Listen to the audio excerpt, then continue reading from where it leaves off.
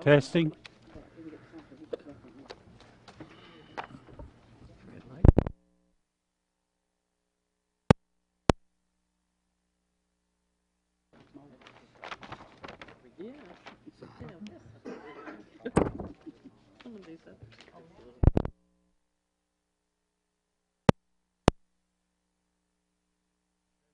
Test.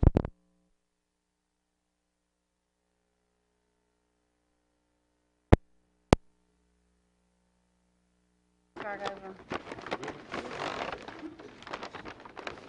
You hear me, Linda? Yeah, that's what I'm trying to do. I have my cursor on the wrong screen. He needs to shut his down first. Now, why does it sound like you're on? Testing. This one is. Testing. There we go. We're live now. We'll call the meeting of the Williamson County Board of County Commissioners together. And as we start the meeting, before we have the invocation of pledge for the media that's here, I ask you to respect the fact that in this chamber there are certain places that you don't go except our cameras that are here, and our Sergeant at Arms is here tonight. We'd also ask you to, if you have a pager or a cell phone in your pocket, you follow our rules and please turn it off. If it goes off, the deputy will escort you from the room. That's our rules, and we'd ask you to abide by that, please, tonight.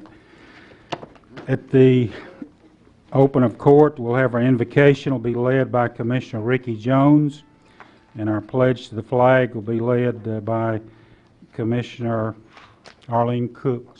Commissioner Cheryl Wilson. So, if you would please stand for the invocation and the pledge.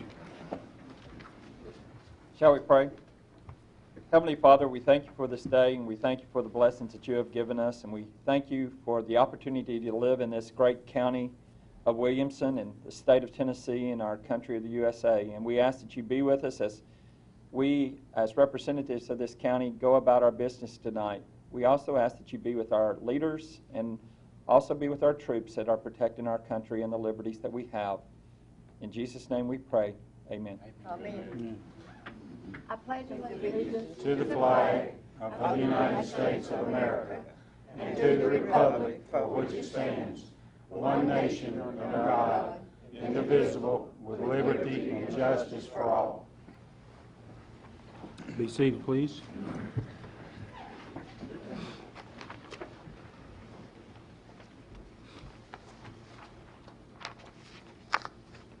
This time we'll have the roll call. We'll report to you that Commissioner Jeff Ford called me this afternoon, and his business and his company has required that he be out of town tonight, so he's traveling on business out of the city, so we're missing him. Ms.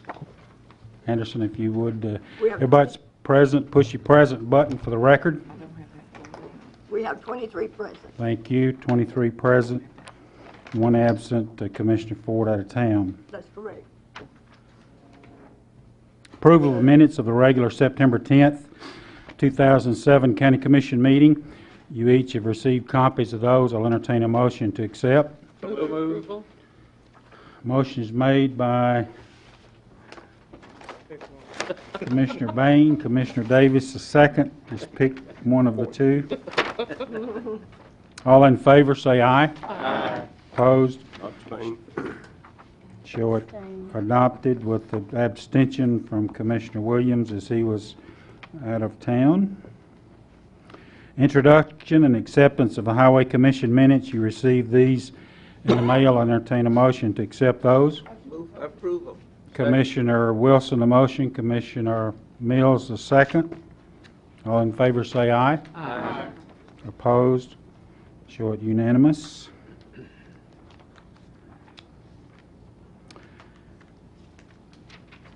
Citizens' communications.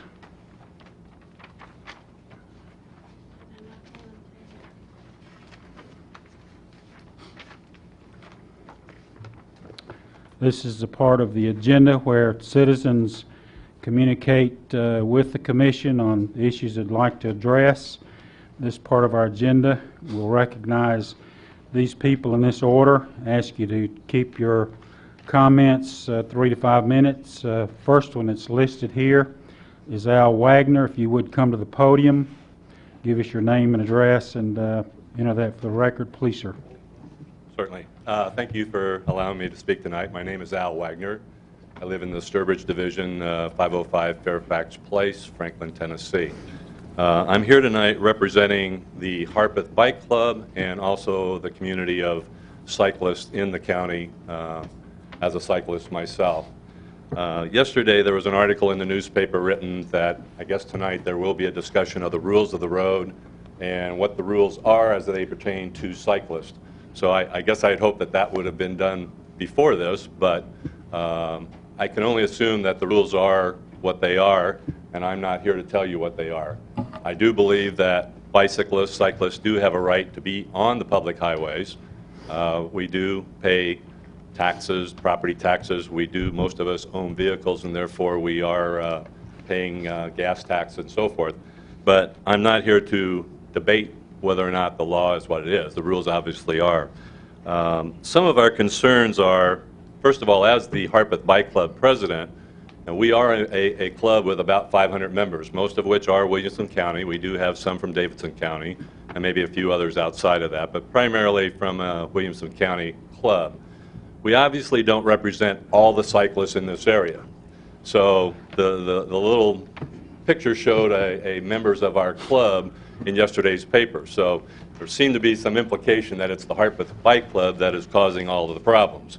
We probably represent less than 10% of all the cyclists in the county and the Middle Tennessee area. So having said that, I'd like it to be known that we're really not the enemy. You know, we're kind of helpless on a very small bicycle that weighs about 20 pounds, and the person that's driving a vehicle is operating a 3,000, 4,000, 5,000 pound vehicle. So we're kind of at the disadvantage here. We're not necessarily the problem. As a club, we can be part of the solution, whatever that might be. Part of the article in the newspaper talked about communicating with cyclists about what the rules are. We have 500 members, we have an email list, so whatever needs to be communicated, we can certainly do that in a very efficient manner, and we're willing to do that. As a club, my number one concern is the safety of our members. And when our members disobey those rules, I get more upset than the motorist who just felt he got cut off or delayed and so forth. I really am passionate about people getting hurt on our bike rides. All of us do. None of us want to get hurt. At the same time, none of us want to delay any motorist.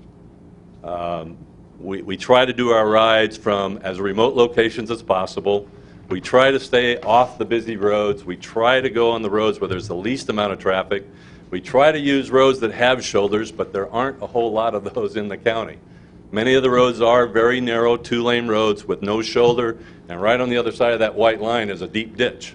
And if we hit that, we're going to be injured. So sometimes we can't get very close to the edge of the road. So we really do want to work with the motorists. We try our darndest not to be a nuisance, but I will admit that there are members of our club, and there's certainly members of the cycling community who are not innocent. They do not obey the rules of the road, and I, as a president of our club, have been trying very hard. I send an email about a monthly basis asking people to please do that, monitor the rules and obey them. I would be remiss to say that the motorists are also part of the problem. There are times we have no shoulder, it's a blind turn, and cars will go by us at twice the speed limit in the left lane, up a hill. Quite frankly, it scares us tremendously. In those cases, I don't know that it's going to be us. If somebody came over that hill, it'd be a head-on. And I have as much fear for the safety of the motorists as ourselves, quite frankly. So what I'm trying to say is there needs to be some solutions. There needs to be some things that we need to work out. But I think we can be part of that solution as the Harpeth Bike Club. The only other thing I really want to say is cycling is an extremely beneficial sport. I was given some information tonight that Tennessee is all the way up at, or all the way down at 47th in the U.S. in health outcomes. I'm not exactly sure what that means, but apparently this is not the healthiest state in the country. Cycling is one way that I have lost quite a bit of money. I've lost quite a bit of, not money, quite a bit of weight. I'm one of the 50-plus crowd. Most of I would say our average age is over 50. So while you may see some young riders that are darting through streets and so forth, many of those are probably not members of our club, albeit they are still members of the cycling community that I'm trying to represent. So bottom line, it is a very healthy sport. I think it's a part of the solution to that problem. And so I'm here to actually help any way I can of solving any problems that we do have in the county. This is the most beautiful county in the country. I've lived here for 19 years, and I would hate to not be able to ride on those beautiful roads out in southwest Williamson County. So thank you very much for your time. Thank Appreciate you. Mr. Chairman, I ask that Bobby Cook give that gentleman that memorandum that he's passed out to us. We'll distribute that when he makes his report. Bobby will report on that. Mr. Jerry Vaughn, please. Good evening.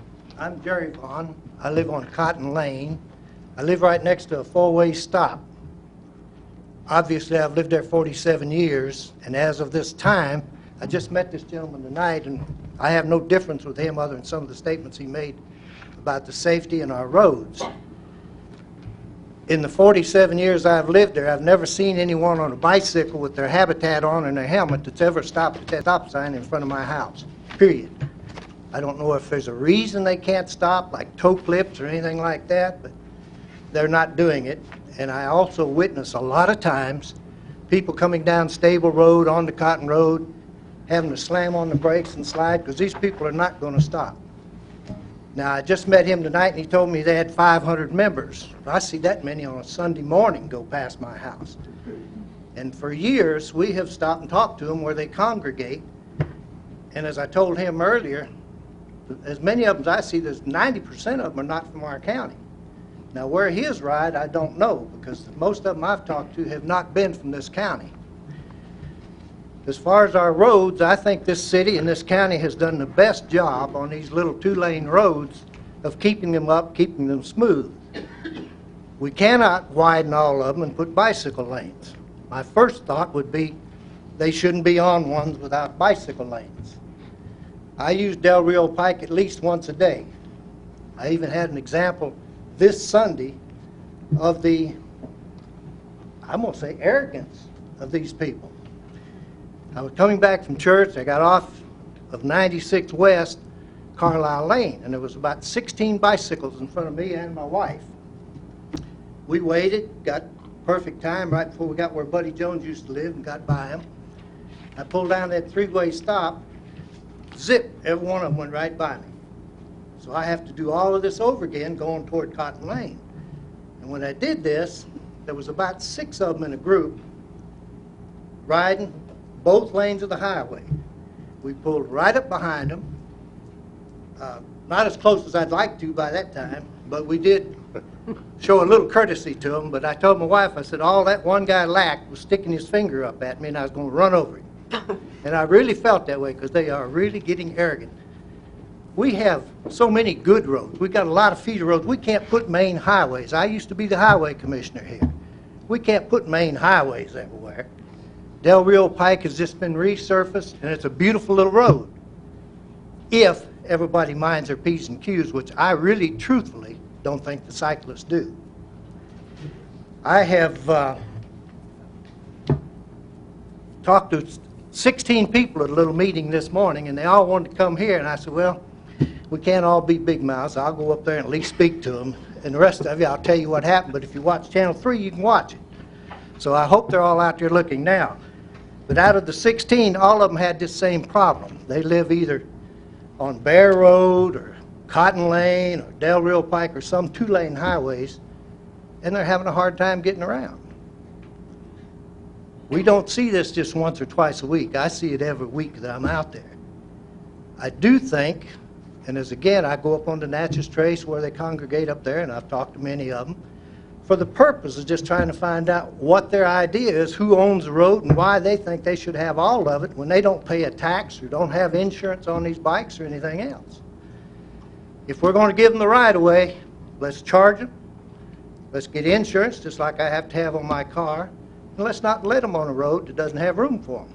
And a car that pays the taxes on the road, not just taxes in the county. We all pay taxes in the county. We live here. But we do pay license fees to pay for the highways, too. And I just wanted to let you know that, and I appreciate you hearing from me. Thank you. Thank you. Mr. Jimmy Moore.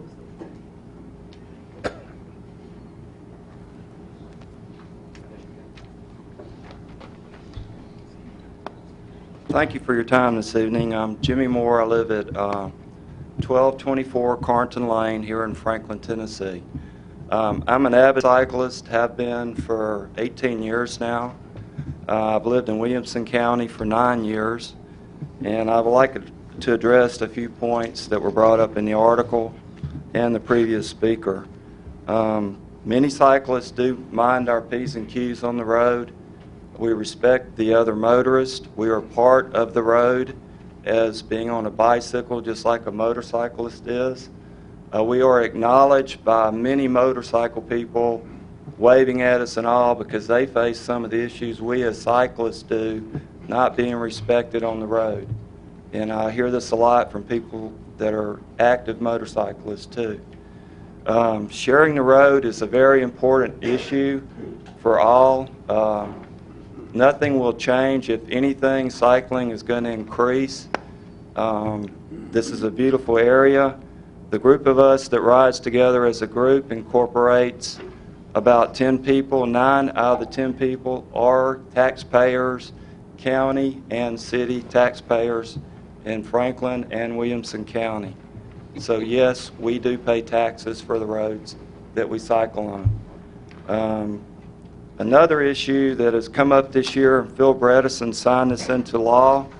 It was a public act that you should maintain a clearance until you safely pass or overtake a vehicle by 3 feet. That was signed into law the 3rd of May, 2007. And I would have to say over my 17 years, 65% of the time, that has not been observed. If anything, it's very dangerous out there due to some of the situations. And I'm not talking about crowded roads. I'm talking about very rural roads that we ride on where nobody will give you 3 feet on either side. They would rather buzz you. And no one should be challenged as a group. We are out there to share the road. It is a very soothing thing for me to do and all of our friends. It's companionship. We do respect the roads. We respect people in the cars, and we motion people on when we see them coming up. If it's clear for them to pass, we try to do everything we can to ensure that someone can get past our group. We give turn signals. We usually stop 95% of the time at all intersections. It's not a perfect world, but I haven't seen a perfect world with cars either. So I appreciate your time and just want to say thank you, and let's share the road and be responsible to each other. Thank you, Mr. Moore. Before we leave this part of the communication, that's all of the citizens' communication. I'd like to ask Bobby and our legal staff, in conjunction with what Commissioner Williams is asking, at the Road Commission Board meeting this past Wednesday, the Road Board expressed to me as Chairman of the County Commission that they were having multiple complaints as it related to bicyclers. Commissioner Stan Tyson, who's a member of that board, asked the question, and of course this conversation had been going on for quite some time. So I asked our legal counsel, and he's prepared this information and laid it in front of you tonight, really 2 or 3 critical questions, and that is, what are the rules of the road as it relates to bicycles? Specifically, do they have to abide by the rules? Do they have to stop at stop signs? And the comments have been made, and of course earlier tonight the County Commission, and I had nothing to do with the article that was in the paper. I didn't even know who it was. But Bobby, again, I know this is part of our agenda, is not for discussion, And all I want you to do is explain the memorandum that you've laid in front of us tonight and hit the high points of that. And then we'll be glad, Commissioner Williams, to share that with any of the writers that are here, because it's very clear. There's no question what the law is. Bobby Cook, would you please explain this to the commission, please? I'd be glad to, Mr. Chairman. Well, I'll just go over a couple of these points. The first one is the question of whether traffic laws apply to cyclists. And the answer is it does. Cyclists are held to the same standard as motor vehicles as in regards to the rules of the road. One of the main questions that came up is whether a bicycler has to stop at a stop sign. As I mentioned just a minute ago, they are subject to all the rules of the road as a vehicle is, so therefore, yes, they do have to stop. They have to come to a complete stop. I have been asked about restrictions on bicyclists riding side by side. The law says that they may ride two side by side. That's it. Two bikes riding side by side. However, should they be holding up traffic, then they must travel single file. Okay? The whole idea is that they are not to impede the traffic, the flow of traffic. Okay? Now, this, of course, does not apply if there's bicycle lanes. If they can fit 3 across for a bicycle lane, they are more than welcome to travel the 3 across.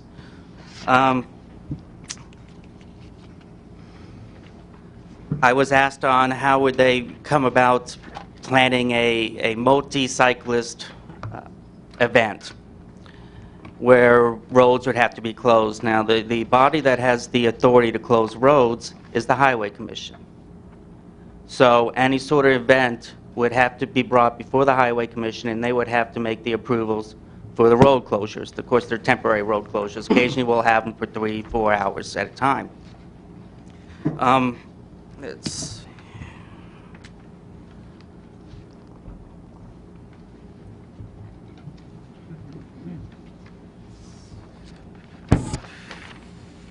I believe, Mr. Chairman, that covers the high points of it, unless there's any specific questions. Any questions of Mr. Cook? I see none. We'll make copies of this available for distribution. Make sure that everyone gets that. Bottom line is the rules of the road as it relates to a bicycle are the same as a vehicle, and that seems to be no argument with anybody. So this has not been directed toward any bicycle club. So this was a complaint brought before the attention of the Road Commission, and there'll probably be more discussion about it. But that information is to be shared with you, and we'll go forward with that.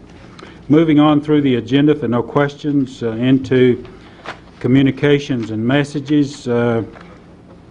Visiting with us tonight is Senator Jack Johnson, and also I saw Representative Charles Sargent and Representative Glenn Cassida in the audience.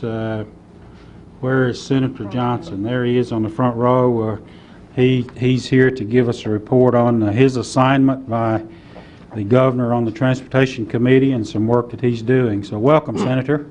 Thank you, Mr. Chairman, and Commissioners, and Mayor Anderson, and guests in the gallery.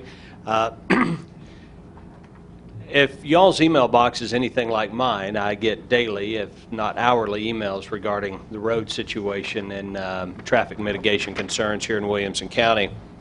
And knowing that that is an issue that is top of most everyone's mind, upon my election I asked to be and was appointed to the Senate Transportation Committee. I've also been appointed to a summer study committee that is studying transportation funding issues in the state. And of course, this all has a trickle-down effect down to Williamson County. And what I thought would be a good idea, and I spoke with Chairman Aaron and asked Kent Starwalt, who many of you know. Kent is the Executive Vice President of the Tennessee Road Builders Association, and Kent has made a couple of presentations to our summer Senate study committee, or it's a joint study committee regarding traffic issues. And so I asked if it would be all right if Kent came and made a brief presentation, basically a truncated version of what he presented to our study committee, just to inform you about some of the issues, funding and otherwise, regarding traffic issues. And Representatives Sargent and Cassida joined me here tonight, and we'll be certainly happy to answer any questions that you may have. I think that fundamentally what we must do is make sure that the lines of communication are open so that we can communicate with our constituents basically the uphill battle we're facing regarding getting roads improved and built. So with that, Mr. Chairman, with your permission, I'll yield the podium to Kent Starwalt from the Tennessee Road Builders Association.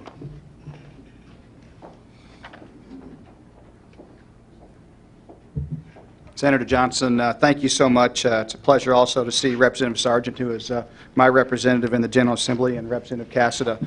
Mr. Chairman, you also represent me in the County Commission. I appreciate that. Commissioner Barnwell, also my County Commissioner, also my son's first grade, his wife's my son's first grade teacher a couple years ago, so that was a pleasure as well. Obviously, know Commissioner Wilson very well, and it's a pleasure to see her here, and glad that she's part of this group. What I do want to talk to you a little bit about is obviously our transportation and funding issues that face the state as we deal with our transportation system. But before I get in that, I want to talk a little bit about sort of the economics of good roads and really what our industry provides this state. And the fact that statewide, the road building industry employs over 32,000 people. We have 17,000 employees in other associated industries.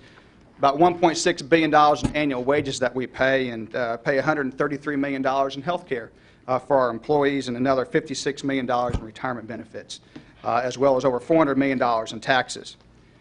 Of course, as it relates to the economy, good roads equals good jobs, and for every $1 in direct cost, there's $4 in direct benefits to our economy. And on a larger scale, for every $1 billion that we spend on transportation infrastructure, we generate over 47,500 jobs. Specifically with regard to Tennessee and our transportation system, Tennessee is a pay-as-you-go state. That means that we have zero binding indebtedness on our highway system or our transportation system. And that's a positive thing, that we have zero binding indebtedness, simply because we don't have to pay, as part of our transportation program every year, that debt service. And again, as one of only 8 states that we do that. And that's a very positive thing, and something we think the General Assembly should continue to do. Annual per capita spending on roads in Tennessee, we spend about $306 per person. That ranks as 50th or dead last in the country with regard to our spending, even though we are nationally ranked many times as having some of the best road systems in the country with regard primarily to the smoothness. The people that use our roads, primarily the truckers, have always rated our roads very well, even though we are out of step with our other neighbors certainly around the southeast and around the country. As most of you know, Tennessee's transportation system is funded by primarily a fuel tax increase as well as motor vehicle registration fees. The gas tax or the fuel tax is truly a user fee. If you don't put fuel in your car or your truck, you're not paying for the system, and therefore obviously you're not using the system as well. Our gas tax is currently 21.4 cents, which is the 34th highest in the nation, and we're below the national average of 25, which is 25.5. The diesel tax is 18.4 cents, which is the 7th lowest in the nation, and also below the national average of 25.8. Tennessee's fuel tax hasn't been increased since 1989. And if you remember 1989, gasoline was 90 cents a gallon. Stamps cost 22 cents, and you can go to a movie for $3 a person. If our fuel tax had been indexed to the consumer price index back in 1989, we'd be at 34 cents today. So from 21.4 to 34 cents. If you had indexed it to the producer price index, it'd be at 34 cents today. And it's also important to know that the state fuel tax revenues are only growing about 1% a year. So we're well below obviously other revenues that are coming into the state, and certainly well below the inflation. Current conditions, user fees haven't changed, as I talked about, in 18 years, but our drivers and mileage have increased. Vehicle miles traveled has doubled in the last 20 years. The state population has increased more than 30% in that same time frame, yet we've only increased our highway lane miles by 8%. So what does this mean for Tennessee? Obviously, we have more drivers driving more miles on more congested highways. And this congestion costs us money. It raises the price of goods transported by land. It causes higher operation and repair costs for drivers, and it increases our vehicle emissions. At a time when we have a just-in-time delivery system, where the trucks out there are literally moving warehouses, that has obviously increased the cost of getting those goods and services, and so we clearly need to be doing something. There's been lots of talk about the federal program and its impact on Tennessee. For the last 3 years, the federal government has rescinded or withdrawn about $170 million in federal money. That is a lot of federal money, and most of that has been used for Katrina relief as well as for the Iraq War. But it shouldn't be lost, the fact that while we have had those rescissions, and you hear a lot about that, and that's what's caused our funding problem, it's important to note that from 1992 to 2006, federal funds to TDOT have increased from $362 million to $996 million. Well, in that same time frame, TDOT's budget increased from $1 billion to $1.8 billion, and as a percentage of their budget, the federal money went from 34% to 54%. The federal government is currently working on an appropriation bill now that would provide additional revenue. We anticipate that the President's going to veto that, and the fact that he believes that it's about $3 billion more than what he wants. Congress should have looked at increasing the fuel tax when they did the current highway reauthorization bill, but they did not. And because of that, and because of a spend down in the Federal Highway Trust Fund, the Federal Highway Trust Fund account is looking to have a negative $4.3 billion in it by the fiscal year '09. And what that would have a severe impact on Tennessee's program and the ability to TDOT to meet its needs that have been identified. One of the problems we're also facing out there in sort of this perfect storm that's happening is that since 2003, the cost of highway construction materials has risen 42%. And while prices have moderated in 2007, overall prices are up 4.6% compared to 2006. And again, if you look at how that relates to the overall U.S. economy, it's about 2.5%. Cement prices for 2007 are up 5.7%. Iron and steel scrap prices are up 19%. Iron and steel is up 11%. Construction, sand, gravel, crushed stone is up 9%. And asphalt prices are up 16%. And those are all just in 2007 over 2006. Really, so what has changed in the last year with regard to prices? Obviously, gas prices are a little lower than what they have been, which helps. The residential housing market has taken a dive that has eased the demand for some materials. And highway, street, and construction material prices are still outpacing inflation. It's important to understand when we look at construction materials, we now face a world economy in the fact that if you look at steel prices, cement prices, the economies that are being driven by China and India and many of those developing nations are where a lot of these materials are going. And so that has created a world market and a world economy as it relates to these issues. So what's that impact been on, really on TDOT or really the state, and as far as the highway program is concerned? If you look over since 2002, the number of projects that TDOT has awarded has steadied to decline, yet over that same time frame, they've actually been spending more money. And obviously, they've been spending more money because the material prices are higher and causing that. But because of the material prices and other issues, and the fact that we've had less than 1% growth a year, we're actually doing fewer projects. It may not seem like that to many of you, that there's fewer projects out there, but that is indeed the case. There is a huge gap between the needs and funding, and in order to keep up with the population growth and driving trends not only in Tennessee but here in Williamson County, we have to pursue an aggressive and building and maintenance program. However, there is a huge gap between the state's needs and funding. TDOT has, in their 25-year plan, says that the needs over that time frame are $85 billion. But they only have funding that would support $69 billion, so leaving a gap of $16 billion. So to sort of recap the issues, the federal money has grown significantly, even with rescissions, which requires more state money to match. State revenues only growing at 1% a year. Inflation has reduced the buying power of fuel tax. Material prices have severely impacted the program. And TDOT's lost $280 million over the last 6 fiscal years that's been transferred out of the road fund to the general fund. So the bottom line, we don't have enough state money to meet the identified needs. And one of the reasons we don't is as the federal money has gone up, it's an 80-20, generally an 80-20 match, where it's 80% federal money and 20% state money. So as the federal money has grown, it's required more state money to be used. Therefore, there's less state money for 100% state construction projects. So the issue is that we really don't have enough state revenues, and that state revenues need to be increased to be able to afford and to meet the needs that have been identified. Mr. Chairman, I'll take any questions. Any questions of Mr. Starwalt at this time?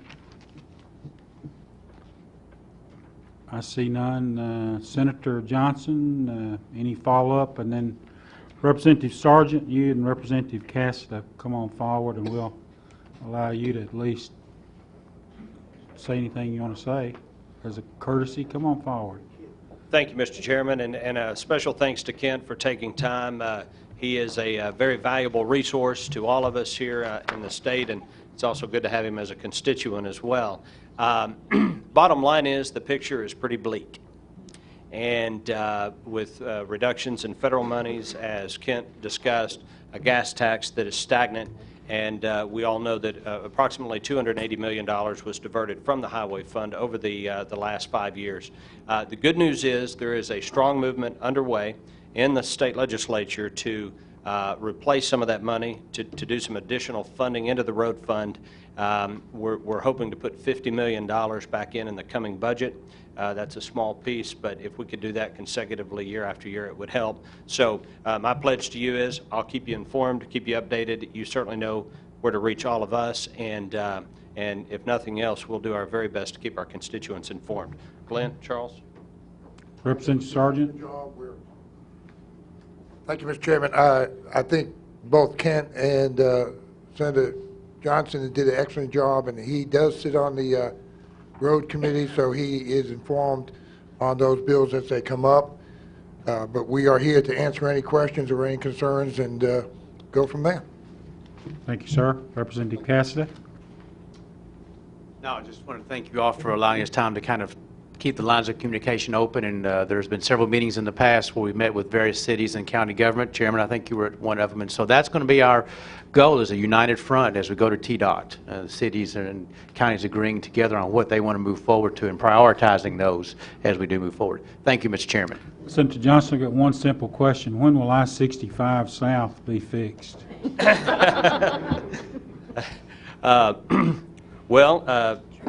The good news is, actually, no, the good news is actually that project is in the master plan with TDOT. If you've driven down, you may have seen some surveying crews out there. That's a good sign.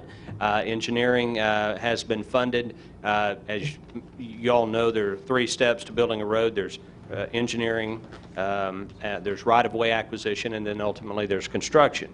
Now, Congressman Blackburn has been working diligently to try to make sure that our federal appropriation for that project is secured, and that's touch and go. The situation at the federal level is as tenuous as it is on the state level. So the good news is, though, it is a priority. The commissioner has told me that directly, as he has both Representatives Cassidy and Sargent. So, but the thing for our constituents to be aware, even though it is a priority, and it is in the pipeline, you're probably looking at 4 to 5 years before we'd be driving on it. And by the way, that project would include redoing the Goose Creek interchange, which will be beneficial as well. Any questions of either of these elected representatives as they're here tonight? If you'd like to ask a question, Commissioner Brockman, please. Thank you, Mr. Chairman. What was the result of the suggestion that toll roads be implemented in the state? I mean, I just read it, I mean, sure. somewhere.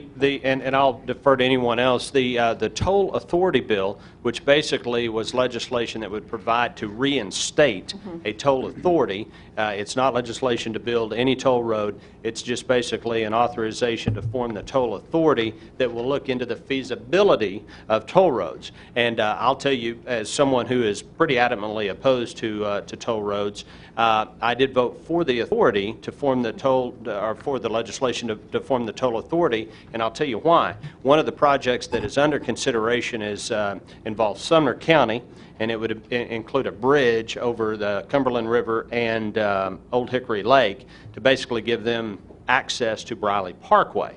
And my colleague, Senator Diane Black, who like me would be against toll roads in most circumstances, this is a project that would absolutely never get built under our current funding structure. And so the toll authority bill is, again, to form the authority. They will look at the feasibility of tolls before any road could be built. And by the way, under no circumstances would any existing road ever be charged a toll. That's very clear, and everyone's in agreement with that.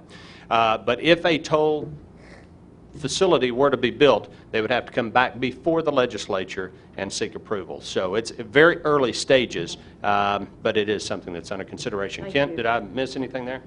Yeah, let me say one thing is that, you hear lots of talk about toll roads and public-private ventures being the solution to our funding problem. I would simply say they're nice things that you might be able to do, but they're not going to be the solution to meeting those identified needs. And simply because, look at the priorities of this county, whether it is widen 65 from 96 to 840, whether it's Mac Hatcher, whether it's Duplex Road, whether it's name them. Are you going to put a toll on any of them? No. Are you going to build those with private money and actually put a toll on those as well? Well, you don't have your ADTs high enough. Well, you do on 65, but again, you're not going to toll an existing interstate. So for people to talk about toll roads and public-private ventures being the solution, which we hear a lot of from Washington, but also here, it simply isn't going to work. And I even had somebody say the other day, we were talking about the last 10 miles of 840, and they say, well, why don't we just put a toll on it? And I said, obviously, you don't live in Williamson County. Thank you. Follow-up, Commissioner Brockman. No, thank you so much. Commissioner Williams, please. Senator Johnson, I'd like you to commend TDOT. I actually saw 3 men the other day holding their own shovel. I'll pass that along to the commissioner.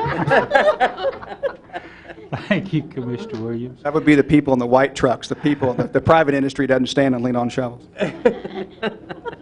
Commissioner Green, please. Glenn, you and I have talked earlier about this $280 million that came out to the road fund. Is there anything being done to protect that fund so that it does not happen again? And we're talking about raising gas tax to make up for a deficit where we've taken $280 million out of the road fund and use it on the general budget. Obviously, it's a point well made. There was $1.8 billion in excess last year, and we couldn't. And I think Jack led the charge to transfer some of that over back to TDOT, back to the highway fund, and it failed. No, there is no way to protect it. There is no lockbox, if you will, on those funds. Thank you. Any other questions of any of the representatives? Again, Senator Johnson, thank you, and Representative Casta and Representative Sargent for being here with us tonight. When you suggested doing this, I thought it was a good idea, and we need to do it more often to get you here to address this, and certainly thank you for being available to us as we need you. So thank you so much for being here. Thank you. Under communications, and again, Mr. Cook, if you would, I've had the staff, and Diane's been kind enough to print 10 copies of your letter that's laying here. Would you assume the responsibility of making sure that the representatives that spoke tonight get a copy of that for me? And then I think if the other bicycle clubs here that would need that, if you would just meet them outside and hand them copies. It's laying right here, Bobby, if you would. Copies of your memo that's been shared with the commission. So distribute that for us, if you would, please, to whomever would like to have it. Under communications, again, and messages, we have 2 late filed resolutions. Resolution 10-1714. This is a resolution that's been late filed for the school board relative to air conditioning. Is there any objection to 10-1714? Excuse me, 10-0714? School board resolution. Any objection to hearing that resolution this evening? It's on the agenda. It's in the packet, but it was late filed. Any objection to hearing that resolution? I see no objection, so we'll add that where it is on the agenda. Also, 100715. This is a resolution on the zoning ordinance that needs to be approved. Late filed. Any objection to hearing 100715? It went out in the packet. I see no objection, so we'll add 100715 to the agenda. Also, under Resolution 100712 and 13, these are two resolutions declaring surplus property. Both of those resolutions have been pulled by the mayor's office. 100712 and 100713 pulled by the mayor's office.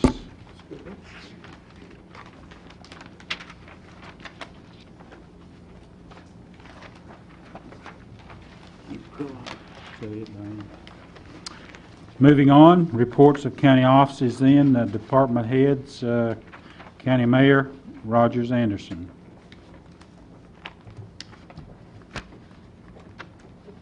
Thank you, Mr. Chairman. County Commissioners, let me have David give you an update on the financial situation of the county. Mr. Chairman, Commissioners, we have in your packet tonight the 3 items that we normally furnish to you each month, one of those being the privilege tax report for the month of August. Along with that is our new schools adequate facilities tax report. And for the second month that this has been implemented, we've collected $473,000. That's before the distribution to the cities and the Franklin Special School District. That's the second month on that, but that is continuing to grow. Also, we have your monthly budget report through the month of August. Everything appears to be normal there. Still early in the year to make any real comparisons, but everything appears to be in order. And then thirdly, we have the report from the Cool Springs Marriott Conference Center, and they had a positive month of $6,611. So those are the reports that are in your package. Also, we sent you in your packet this month the printed copy of the budget report that was approved by this body in July, so hopefully you have that at your disposal. And then tonight, we just received on Friday, I believe it was, the annual county debt book that Stevens Incorporated does for us, our financial advisors. And so if you can take that with you, if you have any questions later on, we'll be glad to sit down with you and address those. Any questions, Mr. Chairman? Did you leave the chair a copy of that report? Should have. Have mine. Okay. That's what it looks like, right? Yes, sir. That's it. I have a copy now. Anything else? No, sir. Any questions of Mr. Coleman? Mayor? Mr. Chairman, that concludes everything that we'll be reporting tonight. We'll have a much full plate, much larger plate in the month of November. I'll entertain any questions. Any questions of Mayor Anderson? See none. Whoop, excuse me. Commissioner Hayes, please. Mr. Mayor, I would like to thank you for your part, and certainly our Highway Commissioner Eddie Hood and his whole staff for the excellent job they did in the completion of the access road off the Natchez Trace into our park facility. It's wonderfully done, and we knew they would do a fine job, and they certainly did not disappoint us. I also believe, did we not receive an award through the Parks and Rec? That is correct. The Parks and Rec received an award through the Greater Nashville Regional Council for their excellence in their plays, their theatrical work, and I certainly commend Doug for all he does for the Parks and Recreation. We'll also be having an open house, Commissioner Hay, not an oopen house, but a dedication for that road coming up later this month. October 30th at 9 a.m. Other questions of Mayor Anderson? I see none. Thank you, sir. Director of Schools, Dr. Rebecca Sharber.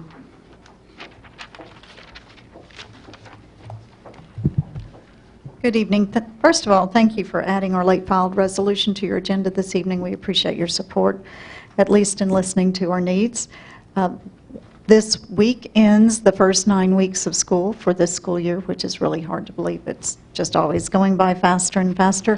At the end of the week, we do start our fall break, which is Friday, and then next Monday and Tuesday. So if you like to go to football games at the high schools, you might double check their schedule, because many of them had already moved those ball games to Thursday night, and some of them, even though they had been scheduled on Friday, have actually moved them to Thursday night. So double check before you head to the football field on Friday night, because the game may have already been played on Thursday night. We are entertaining some folks from 7 other states this Thursday and Friday. They are our benchmarking consortium, and they represent school districts very similar to the Williamson County School District. And we started working with this consortium about 3 years ago, and last year we started trying to get together once a year and talk about the different issues we all have, because we are similar, ways that we're looking at making learning better for children and making our achievement better and our test scores better in all the areas. So we're looking forward to hosting that on this Thursday and then half a day on Friday.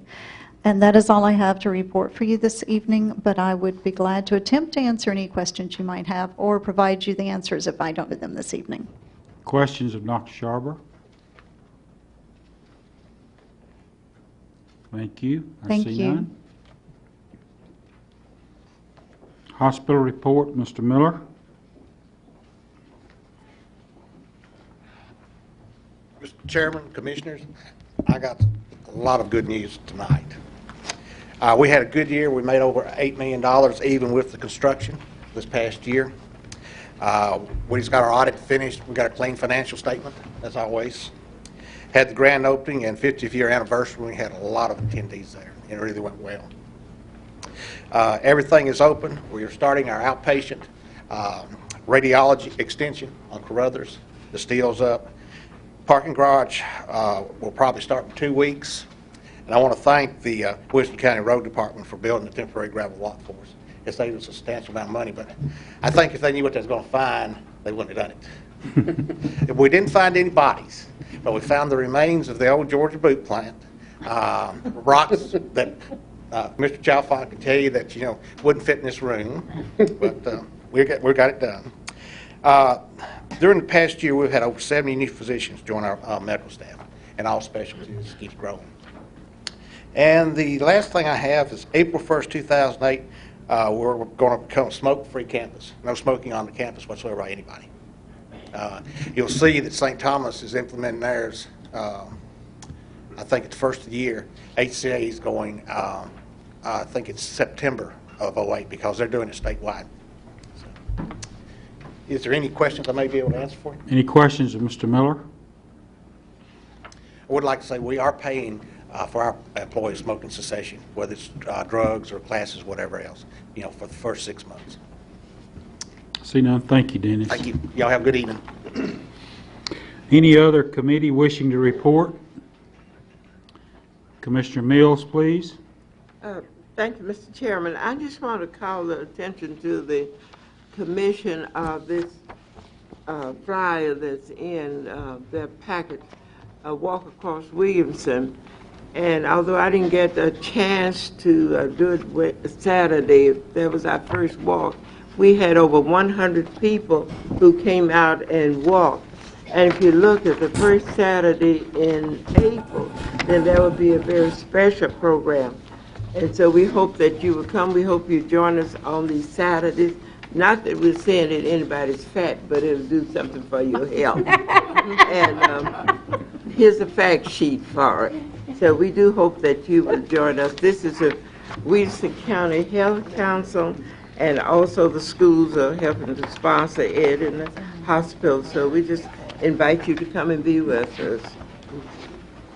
Thank you, Commissioner Mills. That's a part of the Health Department report. It's attached behind that, so thank you for bringing that to attention. Commissioner Hayes, please. If I may, Mr. Chairman, I have 2 committees that I would like to give a report on. First, our tax freeze committee did meet, and we had a wonderful discussion with state officials with Tax Assessor Anglin and Trustee Joey Davis and state representatives. We did realize, after hearing all the necessary implementations that have to take place to make sure filing is done correctly, to make sure that we have the facilities that offer enough space to take care of the public, we are proposing to start the freeze at the 2008 tax season for the taxes. That gives us enough time to get prepared, to get everything ready, and to make sure that we get everything worked out so we don't have initial problems. That does mean that we're putting a great responsibility on Budget Chairman Little and all the Budget Committee of this year to hopefully hold the taxes, because this only affects those when taxes are increased. As long as the last years that we've had no tax increase, this tax freeze bill would have no effect because there has been no increase, only when there is a tax increase. So we hope that the Budget Committee will hold the taxes another year till we can implement the tax freeze of 2008 as proposed by the state vote.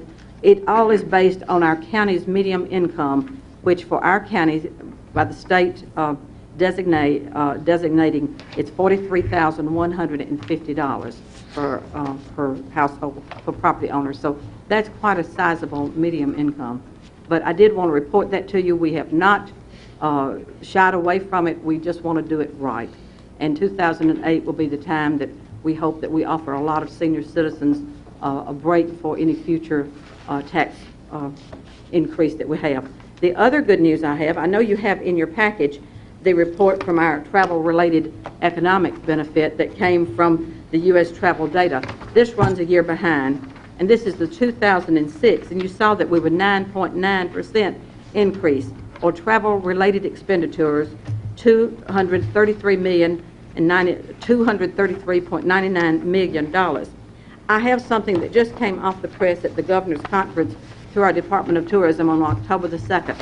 So if I might share with you, we'll get right down to really the bottom line. In 2006, tourism tax impacts on our county households. Each household pays $325 less in local and state taxes because of tourism. Each household pays $83 less in local county taxes. Each household pays $242 less in state taxes. And this is all documented through the University of Tennessee study. So you see, every time we spend money on tourism, we're getting that money back because they come, they shop, they spend, we put heads in beds, and then they go home, and we don't have to build schools for them and don't have to maintain any additional roads for them. So we do hope that we will be nice to our tourism groups and certainly all the visitors. We had a FAM group of 29 people in week before last. They will go back home and write for years on things they have learned about this county. So I did want to bring that to you. It's wonderful news, and we predict that it will be even greater this year. So thank you very much. Commissioner Hayes, just a point of clarification to make it perfectly clear. Your committee on the tax freeze implementation, your recommendation that you'll be making, or at least that you've reviewed through the committee, is for 2008 taxes. Correct. Meaning that this will not impact taxes until they're billed by Trustee Davis in October of 2008. That's correct. So I just want to make sure that in 2008, people aren't expecting a tax freeze. This will be for 2008 taxes. Correct. Okay. Thank you. Any questions of Commissioner Hayes on these two reports? Any other committee wishing to report to the commission at this time? I know Commissioner Hester is working with the Rules Committee. I just want to ask you, as a member of this body, if you have any rule changes. She had a meeting this past week. If you have any rules issues that you need to address that are your concerns, please bring those to the attention of Chairperson Hester as member of the Rules Committee. She will be reviewing these rule changes and make a final recommendation at the November meeting of the County Commission. Thank you, Mr. Chairman. Thank you. Anything else? Moving on to elections and appointments. County Commission appointments, School Board, unexpired term, 4th District, serving until the next general election. Resignation, Ed Bailey, and the nomination that's been made by the two commissioners in the district, Commissioner Parra and Wilson, I recognize. Yes, thank you so much. I would like to thank the 5 candidates that submitted their information for to be a candidate for the 4th District School Board member. I'd like to tell the public that they gave their, sent in their applications about 6 weeks ago, and with proper review and following the proper rules in order to do this, we came up with this candidate. His name, I would like to nominate Mr. Frank Comer as the 4th District School Board member to fill the unexpired term of Mr. Bailey. Commissioner Parra? I second that nomination, and I just wanted to say that the candidates were all well qualified. I do appreciate them all taking the time out of their schedule to meet with us, and I also appreciate the County Commission allowed us to defer this for a month from last month to this month, and also the school board for waiting. I thought it was very important that we got to meet with each of these individuals personally. I think they all would have brought a lot of good things to the board, and unfortunately we only get to nominate one, and I think this is a very excellent individual. I appreciate your support. Thanks. Let me state from the chair so that there's no misunderstanding. Whatever appointment is made tonight, and if Mr. Comer is the appointee, he will serve until the next general election. And at that point, he will be elected, or if he chooses to run, whoever's elected in the next general election will serve out the balance of Mr. Ed Bailey's term, which is to 2010. So whoever runs in the general election in '08 then would serve until 10, 2-year period, and then have to run for re-election if they chose to. So make no misunderstanding about that. According to our rules, you've heard the recommendation from the two commissioners. According to our rules, I ask the body, are there other nominations for school board 4th District position? Are there other nominations? Move that nominations be closed. Is there a second? Motion by Commissioner Barnwell, Commissioner Langston, that nominations be closed. All in favor of closing nominations, say aye. Aye. Opposed? So we're voting on Mr. Frank Comer as the 4th District unexpired term of Mr. Ed Bailey. All in favor, say aye. Aye. Opposed? Show it unanimous adoption and appointment of Mr. Frank Comer. Mr. Comer, are you here? Would you stand and be come on forward. We won't ask you if you know what you've gotten into, but I'll allow you just an opportunity to address the commission because it's too late for you to back out. Thank you, Mr. Commissioner. Maybe we need to get Ms. Anderson to let him sign the book before we get too far here. Go ahead, sir. Thank you, Mr. Commissioner. Honorable Commissioners, thank you, Mrs. Wilson and Mr. Parra, for this opportunity to serve on the Board of Education. I look forward to it. I think I have a lot of experience working in the school systems and in the juvenile court systems as well to have a good understanding of what goes on most days in all of our schools, and I look forward to being a member of that Board of Education. So thank you all for your support. Thank you. Ms. Elaine, do you have his thing to sign in tonight? No, sir, I do not. Okay. I Well, will if you be. would, just get with Ms. Anderson will. and sign your statement and all that so you can sign in to be official. Sure. Thank you, sir. Thank you. Next item on the agenda is unexpired term of 3rd District School Board person. Ralph Ringstaff has resigned, accepted his resignation. And Commissioners Lynch and Commissioners Hayes will be in the process of interviewing interested individuals, as we've done with the other vacancy. If there are individuals that are interested in the 3rd District seat on the school board, if you'd please contact Commissioners Lynch and Hayes and give them the opportunity of reviewing this with you. The next, of course, earliest time that this appointment could be made would be in November. And if you two commissioners are ready in November, we'll make the appointment. If not, it'll roll till the January meeting. So we look forward to that appointment coming. Notaries, you've received the notice of the notaries that we have approved. Judy, do you have a comment? I was just going to ask that people would please let us know by October, the end of October, October 31st, which would give us enough time, I think, for interviewing and making the selection if there's one for November. Thank you. Notaries, you've received the information on all the notaries that are being up for approval this evening. I'll entertain a motion to accept. Move for approval. Commissioner Cook, the motion. Commissioner Langston, the second. To approve the notaries. All in favor say aye. Aye. Opposed? Show it unanimous. Consent agenda. There are 5 resolutions on the consent agenda that are up for consideration.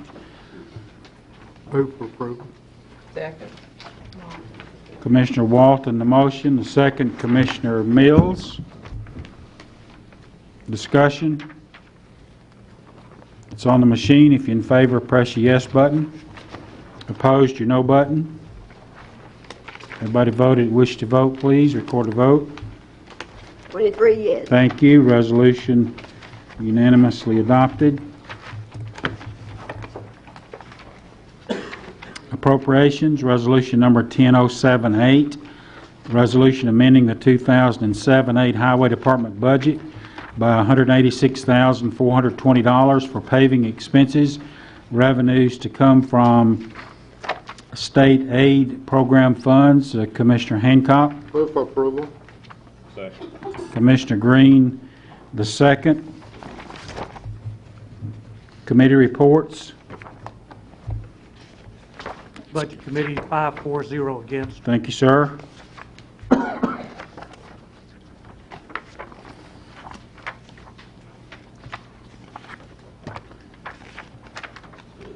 Highway Commission was 5-4, 0 against. Explanation, Commissioner Hancock, please. Yes, Mr. Chairman, this is reimbursement on our state aid roads.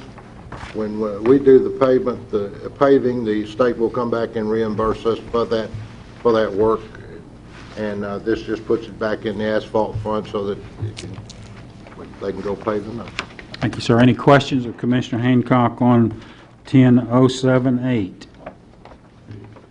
I see none. If you're in favor of 10078, press your yes button. Opposed, your no button.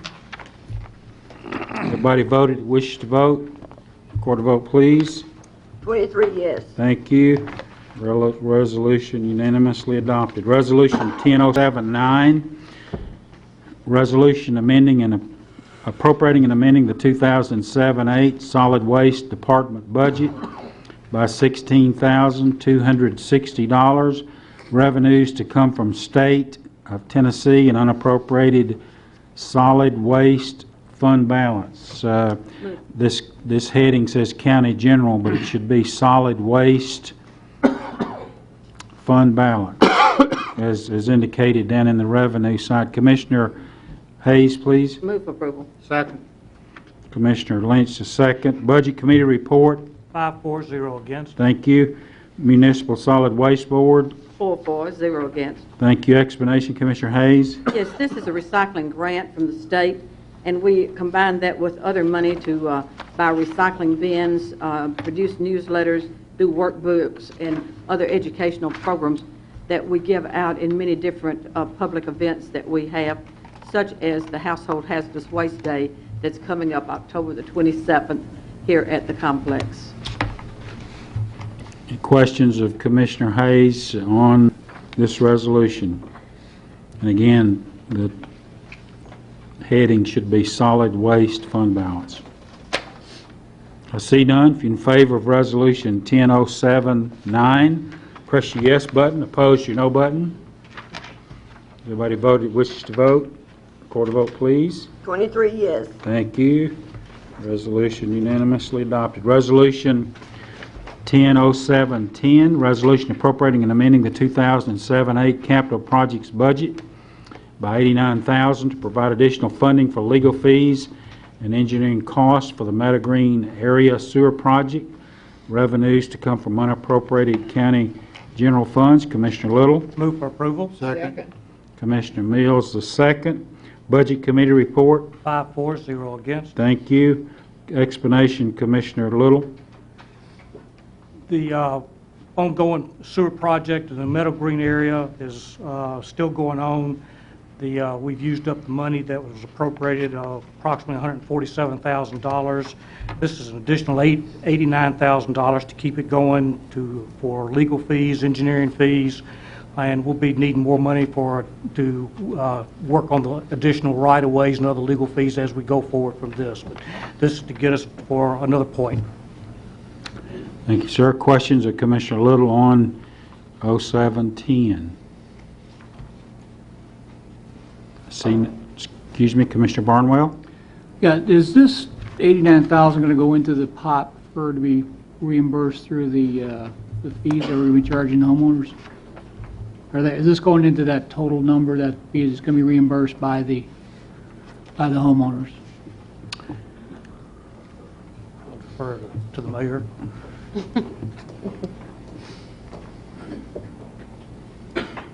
My understanding was the first 147,000 was going to be part of the overall project cost. No final decision, Mr. Chairman, no final decision, Bob, has been made on that because there'll be some extra additional monies that we will be needing as we go down that process at this time.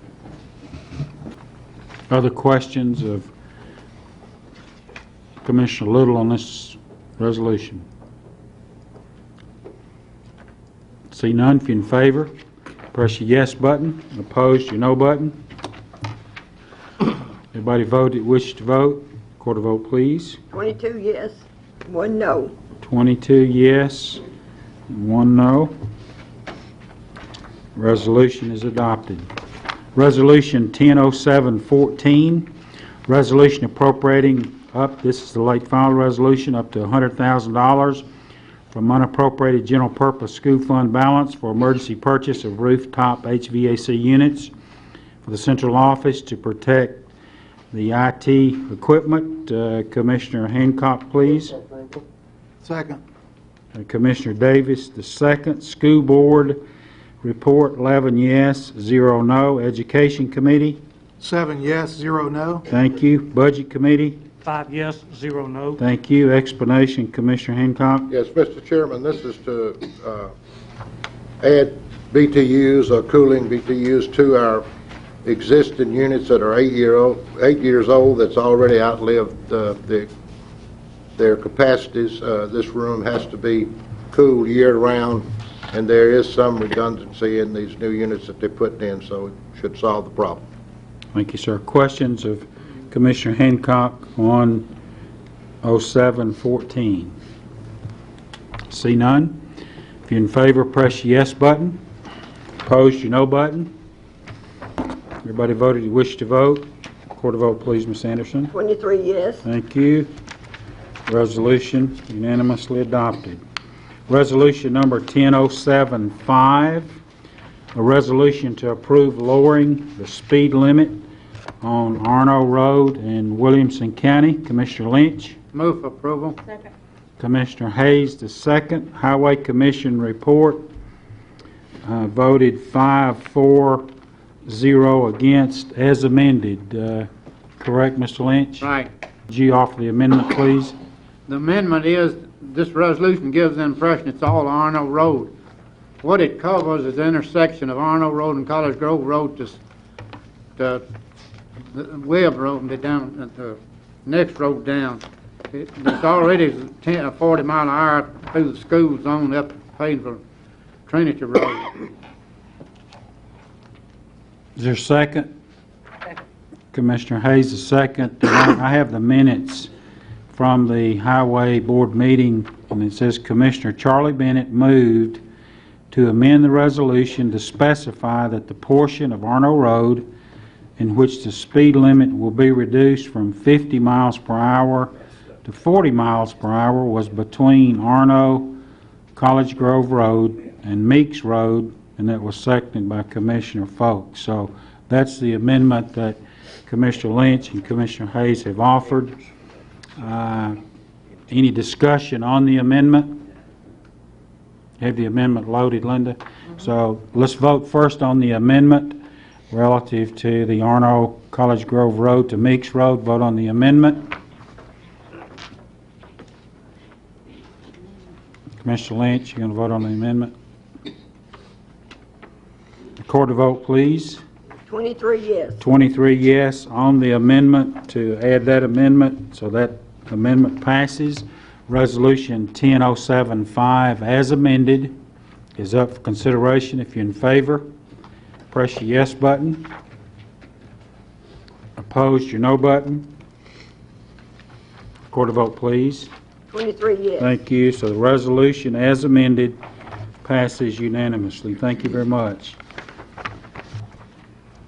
10076, declaring certain property and equipment surplus property and authorizing the sale of said property. Commissioner Hayes, please. Move approval. Commissioner Green, the second. Municipal Solid Waste Board. 5-4, against. Thank you. Property Committee. 5-4, 0 against. Thank you. Budget Committee. 5-4-0 against. Thank you. Explanation, Commissioner Hayes. Yes, we've had several occasions where we've had some heavy equipment that we either no longer need or it's worn out and it needs to be replaced. And of course, we need to sell it. And we do get a better return when we sell it at the auction of other similar type equipment. And this is this case. Louis Bumpus is here in case you have any particular questions, but it's just once again trying to maximize the sale of surplus materials. Thank you, and ma'am. equipment. Questions of Commissioner Hayes? I see none. In favor of Resolution 10076, press your yes button. Opposed, your no button. Record a vote, please, Ms. Anderson. 23 yes. Thank you. Resolution unanimously adopted. Resolution 10011, resolution authorizing the county mayor to enter into an agreement with Business Information Systems. Commissioner Little. Move for approval. Second. Commissioner Mills, the second. Budget Committee report, please, Commissioner Little. 5-4-0 against. Thank you. Explanation, please, sir. This is a similar resolution to one we passed recently with the clerk's office that allowed them to use credit cards for payment. And this one is the exact same agreement except with the registrar's office. Thank you, sir. Questions of Commissioner Little on 0711? I see none. If you're in favor, press your yes button. Opposed, your no button. Everybody voted, wish to vote, record a vote, Ms. Anderson. 23 yes. Thank you. Resolution unanimously adopted. 100712 has been pulled. 100713 has been pulled. And then late file resolution number 100715, resolution to establish a zoning ordinance revision steering committee for Williamson County. Commissioners Brockman and Hayes. Move for approval. Second. Explanation, Commissioners Brockman and Hayes. Thank you, Mr. Chairman. Well, this is an important follow-up. We've adopted the new comprehensive land use plan, which took a number of hours to come together and get a consensus built by the stakeholders and the leadership of the county. This will allow us to form a steering committee which will form and implement a process for new zoning ordinances that will match up with the new comprehensive plan. There will be 2 members from the county commission, 2 members appointed as citizens by the county mayor, and then there will be 1 member from the Williamson County Regional Planning Commission. Commissioner Hayes. Our comprehensive land plan will only be as good as the backup that we have for the rules and regulations and the things that we have to do now to make it work. We have the language that we want in the document, but we need to make the zoning match that. And this is a very critical study that will go on to make sure that everything matches and that we carry out the wishes of all of our constituency and the best purpose of Williamson County's future. Just to point out to you, the resolution, there are 5 members, 1 member to be recommended by the Planning Commission Chair, 2 members by the Steering Committee of the County Commission for 2 commission members, and then 2 members of the general public recommended by the county mayor, and then all 5 of these will come back to this body for ratification. So that's the process that we'll go through. Commissioner Lynch, please. We need to make sure we get a good committee here, otherwise we're going to cost the rural people and landowners billions of dollars. Because the whole thrust of the zoning I've seen so far in those meetings I went to is to do away with all development in the rural if they can. If you do, it's going to cost those people billions of dollars, not millions, but billions. Thank you, sir. Commissioner Bain, please. Yes, sir. Commissioner Hayes, I don't know that, where does this group fit in? I thought the Planning Commission would be the people to enforce this. Where does this group fit in? Commissioner Bain, certainly the Planning Commission would be working with us and enforcing it, but the rules have to be written and the policies written for them to carry and enforce. We have a set of zoning rules right now that were left over from our 1988 rules and regulations. And there may not be much that needs to be done in every case, but they just need to be reviewed to see if they still match the present-day comprehensive land plan. I'm still fuzzy. So what we approved, we didn't approve. You're saying this can be further changed? You approved the comprehensive land plan, which sets our acreage, but it doesn't say what size easement might be on such and such, as far as down to the little nitty-gritty book that would tell every zoning regulation. Devil's that in the wasn't in our detail. comprehensive land plan. Our land plan was the language that we wanted for the future of Williamson County.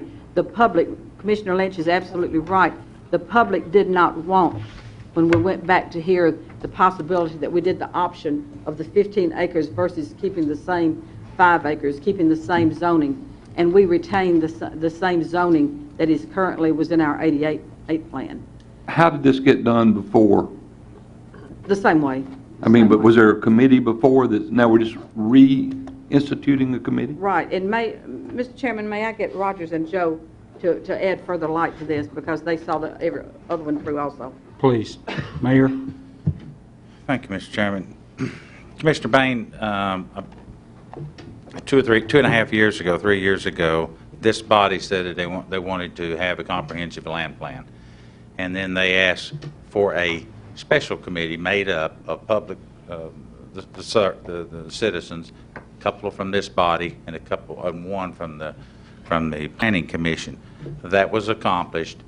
That group, of which Commissioner Hayes and Commissioner Brockman served on, they have done their job. They finished it. Now we need a zoning ordinance to be looked at and ratified with that comprehensive plan, that overlay. So my suggestion was to come back. That group's finished with their work. Let's go get 5 more people. Could be the same people, could not be the same. When they finish, they work that with Joe Horn through the staff, with Christie through the legal side. Then that'll eventually make its way to the Planning Commission, and it'll eventually make its way back over here that would finish that process. Yeah, the process is what I was hazing on. So they will make a recommendation to the Planning Commission. Correct. And then that will come back here for changes. That is correct. Okay. It will be the same process we just finished for the comprehensive land. They met for, seems like forever, but it was about 2.5 or 3 years. And when they finished, it eventually made its way to the planning, finished there, came on over here to the county commission. So you have many hands that are touching it, and they'll have their public meetings. We have already got put in last year's budget, as you remember, serving on the budget committee. We'll be working with the consultant, working all the way through. Yeah, I didn't understand the process. I do now. Thank you. Commissioner Barnwell. Yes, I'm a little confused with this. According to our rules, I thought the establishment of any new committees had to be approved first by the steering committee prior to coming to the Board of Commissioners, and I'm not, as a member of the steering committee, I'm not aware that this has gone through the through the steering committee. Mr. Barnwell, let me address that. The steering committee has authority over committee appointments of this body. This is a committee that's made up of different jurisdictions. 2 members of the committee are commissioners, 2 recommended by the mayor and 1 by the regional planning commission. So you're exactly right if it's a committee appointment of which commissioners serve, but this does not require the authority of the steering committee to establish this zoning ordinance revision steering committee. Our rules are particular and specific to committees of the county commission. Legal counsel, would you concur? Yes. Mr. Chairman, can I make one other Yes, sir. comment? If I could address Commissioner Barnwell on a different side, we need to have this up and running and finished in 15 to 18 months with this gap. That's the reason it's late filed. With this gap of no meeting in the month of December, it would be January or February before we could get this up and going. And so that was the reason that it didn't have any committee votes here. It didn't go that way. It came as a late file to say, hey, we need to form this group and let the body find those 5 participants so we can get it back to you in November so they can get up and running. That was the sole purpose of it, Bob. Thank you. Any follow-up, Commissioner Barnwell? No, thank you. Commissioner Brockman, please.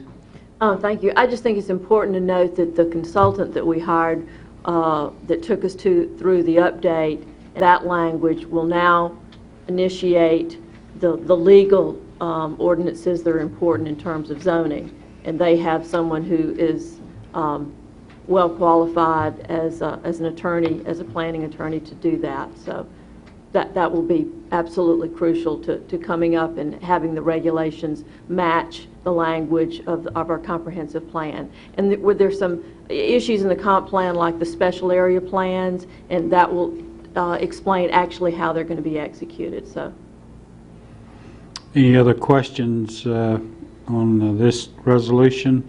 And Mr. Horn tells me that the final report will be issued, published, printed, and distributed within the next month. Mr. Horn? Yes, sir. I'm hoping to do much better than that, however. Any questions? I see none. If you're in favor of this resolution, press your yes button. Opposed, your no button. Everybody voted, wishes to vote. Record a vote, please. 23 yes. Thank you. Resolution is unanimously adopted. Any other announcements, anything to make?